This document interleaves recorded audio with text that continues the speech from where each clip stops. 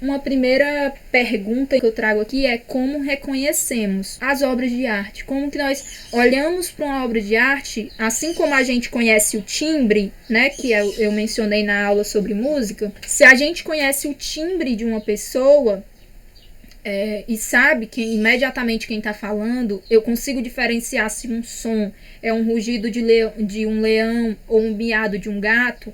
Da mesma forma, eu consigo reconhecer imagens, traços, letras.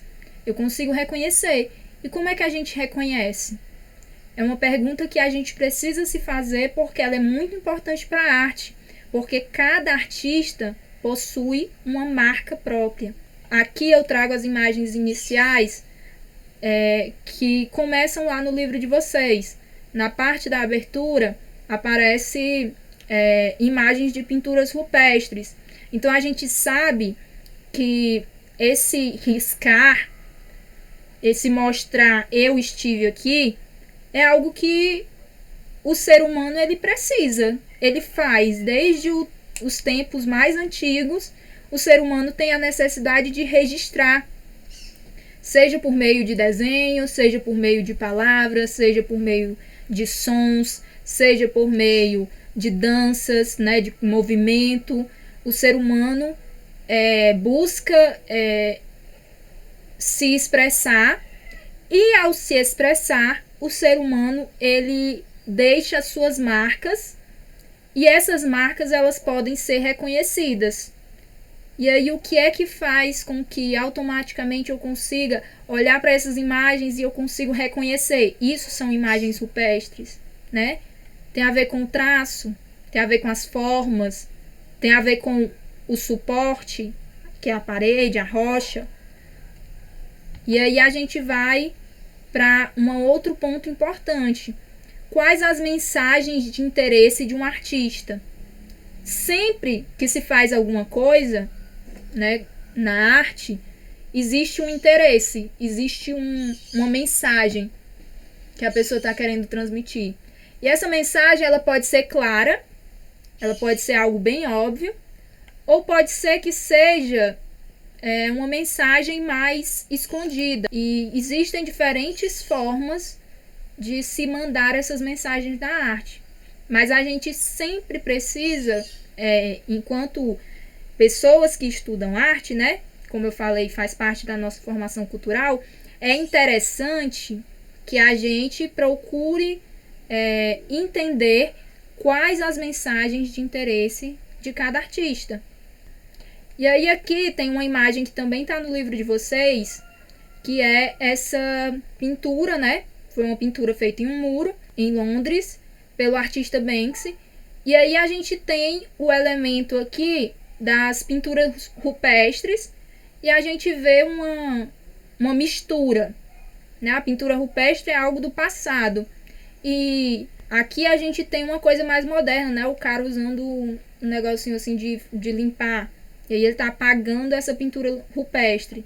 E aí é importante pensar qual é a mensagem de interesse desse artista ao fazer essa obra. O que ele está querendo passar para o público? O que ele quer que a gente entenda quando a gente olhar para isso aí? O que ele entende quando ele cria essa obra? São perguntas que, ao observar uma coisa na arte, a gente precisa se fazer. E aí esse artista que fez isso, ele se chama Banksy. Aqui tem um link clicável. Quando vocês receberem o PDF, vocês podem clicar. O que vai ver, né, um site com o acervo dele. Mas o Banksy, ele é um artista anônimo. E aqui diz que ele possivelmente nasceu em 1973, porque por ele ser anônimo, ninguém sabe quem é o Banksy. E ninguém sabe se o Banksy é uma única pessoa. Por isso a gente não sabe quando ele nasceu, não sabe muito sobre ele. Ele tem essa pegada meio misteriosa.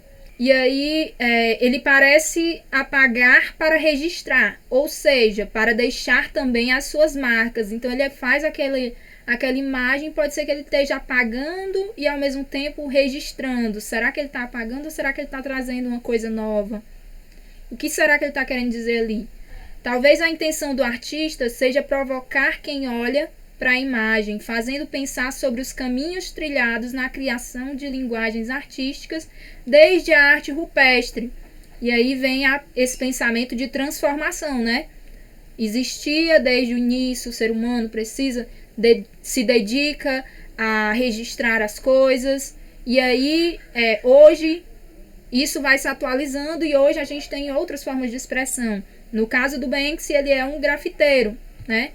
E aí ele trabalha com obras assim, algumas obras dele mais conhecidas. Essa aqui é a que abre o livro de vocês, né? Que é um cara jogando flores como se fosse fazendo o gesto de jogar uma granada. Ele passa uma mensagem aí. E cabe a quem passa na rua observar essa obra e buscar entender. O Banksy, ele é um artista de rua. Então ele é um artista que ele faz intervenções no meio da rua para que as pessoas possam olhar. Hoje ele é extremamente famoso. Lá na Inglaterra, que é de onde ele é britânico, ele é praticamente endeusado. Até o governo, em algumas dessas pinturas que ele faz, o governo mandou colocar placas de vidro, aquele vidro que não quebra, para que as obras dele durem mais, já que o grafite é considerado uma coisa efêmera, uma coisa que se apaga, né, com o tempo. Se vocês observarem os grafites que existem nas cidades, vocês vão ver que é uma coisa que hoje você passa e tem, amanhã você pode passar, aquele muro foi derrubado, ou foi apagado, ou foi pintado, a casa foi vendida. Então, com as obras do Banksy, isso acontece menos, porque o Banksy, ele é um artista com um status muito grande. E aí aqui a gente tem o detalhe, né? Isso aqui é da imagem do Banksy, isso aqui é uma representação de arte rupestre. A primeira imagem, ela mostra o detalhe da pintura do grafite do Banksy, e que é importantíssimo para a arte pública, né? E aí cabe pensar também, a arte pública é aquela arte que ela é para todo mundo. Então o artista que faz arte na rua, ele faz arte pública, porque qualquer pessoa pode acessar essa arte. Já as artes de museu, por exemplo, as pessoas precisam pagar para poder ver. Então, esse lugar de se colocar a arte também é significativo, né? Se você bota uma escultura, uma pintura, uma música, uma imagem na rua, você está dando liberdade para que todo mundo veja e até para que as pessoas intervenham. Já se você bota uma arte em um museu, você tem aquele afastamento, você tem aquela coisa, eu aqui e a obra ali. Então, é interessante também pensar essa ideia da parede como suporte para a arte. Quando a gente fala em suporte para a arte, a gente está falando do local onde essa arte está sendo colocada, né? Então, essa parede, o suporte de um quadro poderia ser uma tela, o suporte de uma música poderia ser um CD, mas no caso, o suporte de um grafite é a parede. E essa não é uma invenção da atualidade, que já se riscava paredes há muito tempo atrás, mas hoje isso tem um significado diferente. E talvez seja isso que o Banksy está questionando. E aí, no passado, as pinturas rupestres deram início à grande aventura de criar linguagens artísticas visuais. Então, começa lá com as pinturas na caverna, mas quando a tecnologia vai evoluindo, juntamente com a tecnologia, com as criações, com as invenções, essas artes visuais, elas vão se modificando. O grafite, ele vai conseguindo fazer coisas mais poderosas hoje do que conseguia há tempos atrás. Então, existem diferenças, né? Acredita-se que essas imagens foram criadas por diferentes povos com a intenção de fazer registro e expressar leituras de mundo e crenças. Então, isso vocês já devem ter estudado na história. Eu estou trazendo aqui, mas acredito que não seja informação nova. Então, elas representavam diferentes coisas e registravam diferentes coisas também. No Brasil, a gente tem os sítios arqueológicos que tem essas imagens preservadas. Exemplo de sítio arqueológico no Brasil na região do Piauí. Cada artista, ao criar a sua obra, ele faz escolhas. Essas escolhas elas são referentes aos materiais, aos suportes, aos temas, aos elementos, a poética que ele vai usar e entre outras várias decisões. Ele vai fazer decisões durante todo o processo de criação dele. E a gente, como observador, como pessoa, né, apreciadora de arte, a gente precisa parar para olhar e pensar. O material que esse artista escolheu não foi por acaso. O suporte que ele escolheu não foi por acaso. Se um artista deixa de pintar no meio da rua, ou dentro de um museu, numa tela, para ir pintar no meio da rua, isso tem algum significado. Os elementos que ele usa, o tema que ele aborda, tudo isso faz parte das escolhas desse artista. E isso faz parte da marca que ele quer deixar. E aí é isso que é importante para que a gente tenha hoje o que a gente tem, que é um grande acervo de produções artísticas, de diferentes artistas, e que muitas vezes a gente consegue reconhecer esses artistas, mesmo que você não veja o nome ali escrito, se você já conhece um quadro dele e você vê outro quadro, você fica assim, nossa, esse é parecido com daquele cara. Então isso acontece porque existe essa marca do artista. Ele marca a história dentro daquela linguagem. Ele vai se transformando e a gente vê inclusive o crescimento do artista dentro da sua própria obra. E aí aqui a gente vê as paredes como suporte também, né? Lá há muito tempo atrás, isso aqui é para lembrar um pouco dessa noção de que não é de hoje, né? Que esses suportes são usados. Então, em muitos períodos culturais, a parede ela tem sido usada para criar imagens, para contar histórias. E aqui tem alguns exemplos, como por exemplo as pinturas dos afrescos no Egito. Essas aqui, elas registram parte da história, né? Faz parte de rituais. Então tem um significado naquele momento histórico. E aí lá na Idade Média, as imagens sacras aqui, elas vão ter, elas preenchiam o teto das igrejas, né? E aqui também fala que nas guerras, lá nos palácios dos reis, eram feitas imagens para poder relatar os feitos de guerra. Olha aí como isso é semelhante ao que acontecia na época rupestre, né? Eles registravam lá uma caça, uma coisa. E aí, quando anos depois, nos palácios dos reis, os reis utilizam as paredes dos seus palácios para registrar as guerras, para registrar a história, para registrar o que eles já fizeram, as grandiosidades que eles fizeram. Então, é uma maneira diferente de utilizar a parede, né? E aí, a gente tem esse uso da parede na street art, que é um dos pontos que o livro de vocês toca e que para mim é muito interessante, sobre essa noção de que a arte ela invade a cidade com discursos poéticos.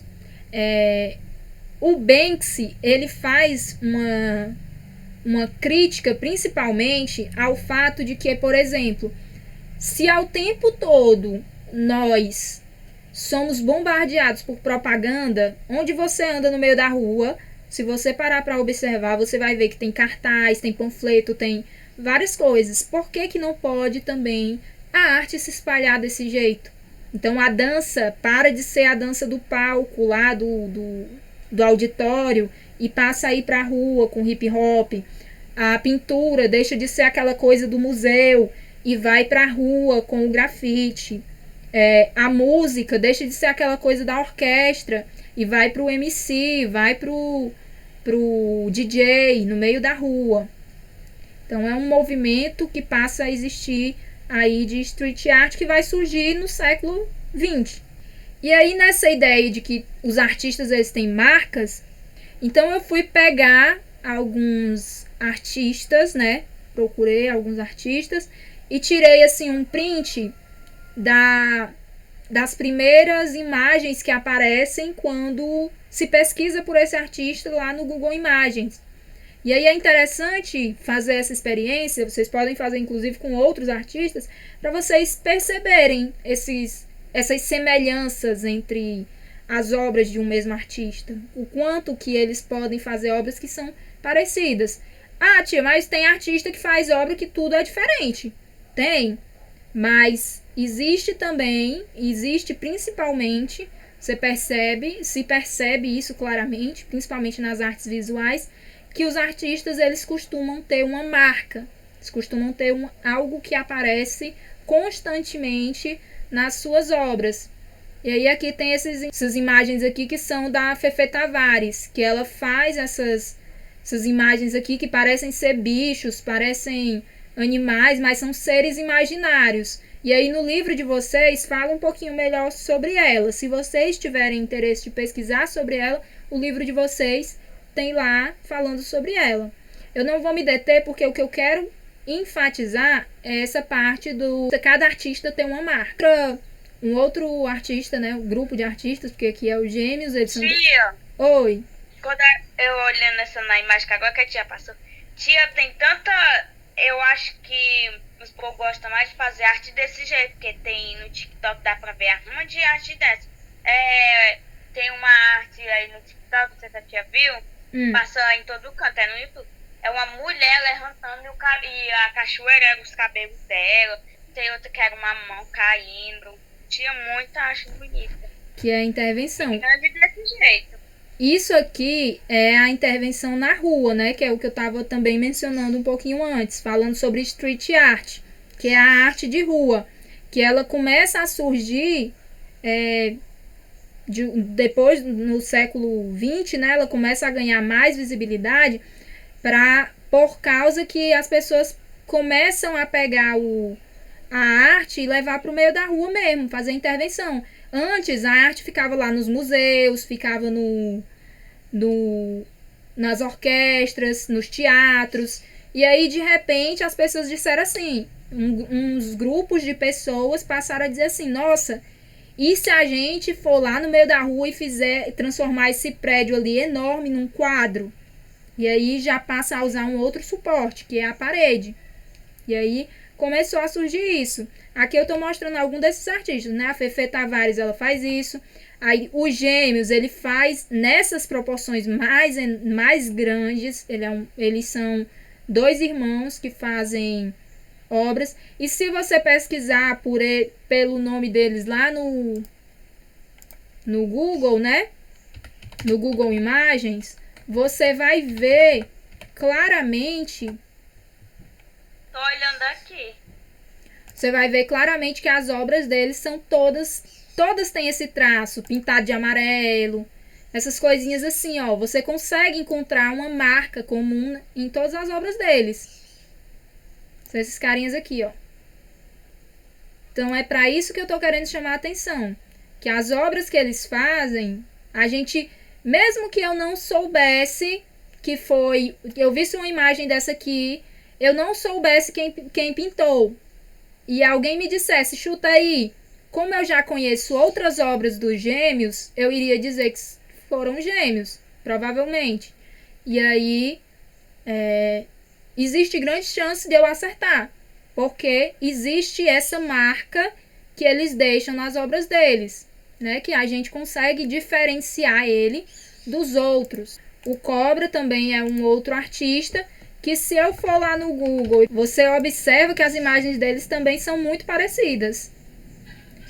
Se alguém me pedisse para olhar uma imagem, uma pintura, um grafite e adivinhar de quem é, eu possivelmente conseguiria adivinhar que é do Cobra, porque existe uma marca desse artista nas obras dele, em todas as obras dele. Nessas coisas, as cores costumam ser essas cores aqui. Ele costuma colocar um rosto famoso aqui. É tanta arte linda, né? Que esses povos fazem. Não é? Tá bom de nós fazer também, né? Aí essa outra aqui é o ácido. Eles são 2 artistas. 2 artistas que fazem mural também, e eles são de Fortaleza. Eu já entrevistei eles numa pesquisa, por isso que eu botei eles aqui, porque eu me lembrei na hora. Aí você também percebe que tem projetos, né? Existem momentos em que um artista pinta de um jeito, aí tem outros momentos que ele pinta do outro, aí você começa a reconhecer também os projetos desse artista. E se vocês observarem, por exemplo, nas ruas de Fortaleza, e você observar com cuidado, você passa por um grafite aqui, e lá na frente você passa por outro grafite que é parecido, e você vai conseguir pensar, esse grafite aqui foi feito pelo aquele mesmo cara que fez ali. E além da gente conseguir identificar as marcas desses artistas mais modernos, né, que no caso esses artistas que eu trouxe do grafite, eles são contemporâneos, a gente consegue também perceber marcas de artistas mais clássicos, do tipo que a gente vê lá nos museus, né? Ou na música. A gente consegue perceber também diferencial. Eu consigo saber se uma música é da Anitta ou do Pablo Vittar. Aqui, ó, as obras da Frida Kahlo. O traço dela, as cores que ela usa, as representações que ela faz, são parecidas entre si. Se você observar, você consegue olhar, e aí depois quando você vê outro quadro parecido, você vai dizer, nossa, isso aqui eu já vi em algum lugar. Essa sensação de eu já vi em algum lugar, pode ser que você não tenha visto exatamente esse quadro, mas você conhece esse artista porque você já viu outras obras dele. Isso faz parte da marca que esse artista tem. E aí também o Michelangelo, as esculturas do Michelangelo, pinturas do Michelangelo. Da mesma forma o Van Gogh. Você consegue ver que as cores que o Van Gogh usa, esse jeito... Eu estudei esse tal de Van Gogh na língua portuguesa. A orelha de Van Gogh, né, Serleiro? Tia. E aí, uma proposta que eu tenho para vocês é para falar, né, sobre esse aplicativo, que é o Google Artes e Cultura. Ele é um aplicativo bem interessante, bem massa, que você consegue acessar. Tem o aplicativo, né, se vocês tiverem espaço no celular de vocês, você pode acessar o aplicativo. Então aqui você consegue, por exemplo, entrar, né, em museus, em obras, em coisas. Você consegue explorar aqui. No celular é mais legal, porque você consegue mexer, né, 360 graus. E aí você consegue pegar, por exemplo, uma exposição de um determinado artista. E aí você olha essa exposição, você pode fazer essa experiência, né? Olhar uma exposição de um artista e prestar atenção nesses traços comuns que ele tem nessa marca dele, certo?